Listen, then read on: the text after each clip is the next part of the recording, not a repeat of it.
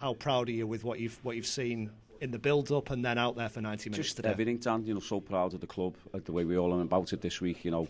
Staff, the fans that showed up today was outstanding. Sang from the first minute to the last minute. So I couldn't be so proud of them all, to be honest, Dan. How difficult is it for your players, not just the ones that are Liverpool fans, to come here and in this environment, the nerves, the anxiety, going out there to perform? How well did they handle that?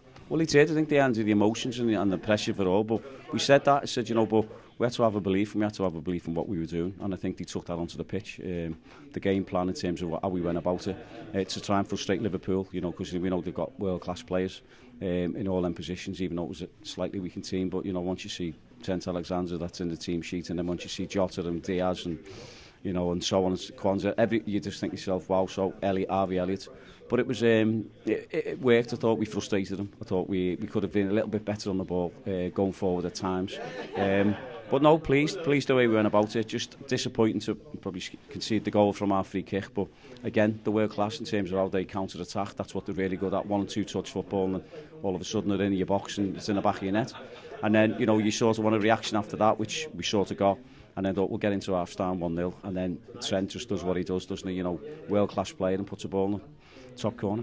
Yeah, the second one on the stroke of half-time was probably quite important, wasn't it? But the response you got in that second half, you had the better chances in that first bit of the second half.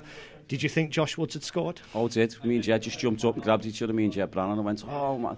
And then I wanted the corner because I thought he'd made the save. So, but no, it was, we asked more questions in the second half, with the corners that we had as well. I mean, the 1 or 2 could have been probably a better quality, but really pleased and proud again, as I said, how they went about it. Just as far as the positives you can take, it's obviously been a great day for the club, and your day in the spotlight has gone really well, and it'll continue for a little bit with all the interviews and all the media stuff afterwards.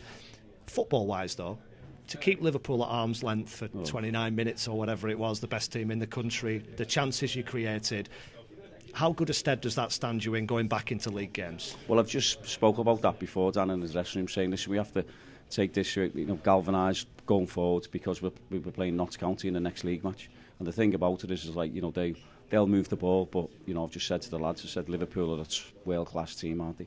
So they've got top players that can hit, you get in pockets, move the ball quick. So we're sort of going into the Notts County, slightly similar, obviously, different top ends in terms of elite. But it's got to be good for us going forwards into that game now, and we want to get us away from the bottom end of the table as quickly as possible, and to show what we've done there against a world-class team again, that I said, for half an hour or so was put us in good stead. What did you make of the atmosphere? It's fantastic, isn't it? It always is. I thought our fans were really brilliant from minute 1 to 95 or 96 minutes, whatever that was. So couldn't fault our fans. The atmosphere at Anfield is always good, so really pleased with that. Just in terms of your supporters, 4,700 of them, that nearly fills your home stadium for a start. The noise that they made, just at the end of the game, Seamus Keneally went over there and then you all followed him over. What was that like? How special was that to have that moment with your fans? Well, it's brilliant because, all your family are in there as well, so, it was fantastic.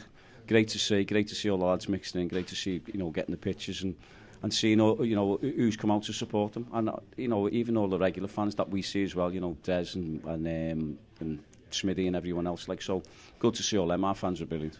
And it feels like a daft question after you've lost 4-0, but how much confidence can you take from today? Well, it is. You've got to take as much confidence and be, really positive and take that into your next game. Look at the goals that we've conceded, One's from a counter, and then you look at Trent's top corner one from the edge of the box. You look at Billy's made 2 good saves. One a good save, and it's come back, and then Dan's just knocked it in. And then Chiesa, I mean, look, the names that I mentioned, Chiesa, he's knocked one in from outside the box into the bottom corner.